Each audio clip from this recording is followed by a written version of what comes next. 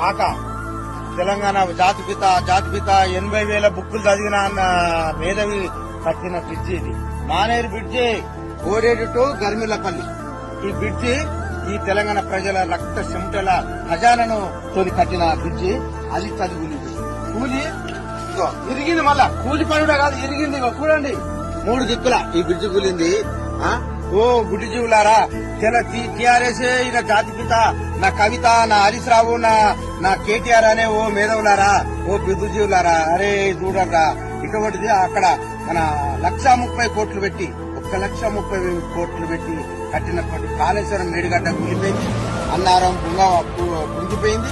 ఈ రోజు ఎవరొచ్చినా ఈ ప్రభుత్వాన్ని నడపద్దు, ఈ ప్రభుత్వం కూలిపోవాలి, ఎవడొచ్చినా ప్రభుత్వం నేను తప్ప ఎవరు రావద్దని దోచుకున్న ఈ దొంగ ఈ కేసీఆర్ ఈ కుటుంబం ఓ ప్రజాస్వామ్యమా? నిజంగా ప్రజాస్వామ్యం అయితే ఇక్కడ వాళ్ళని ఇక్కడ న్యాయ విచారణ చేసి ఇక్కడ ప్రజా కొట్టు పెట్టి ఇక్కడ ఉరి తీయాలని చెప్పేసి మేము డిమాండ్ చేస్తా ఉన్నాం.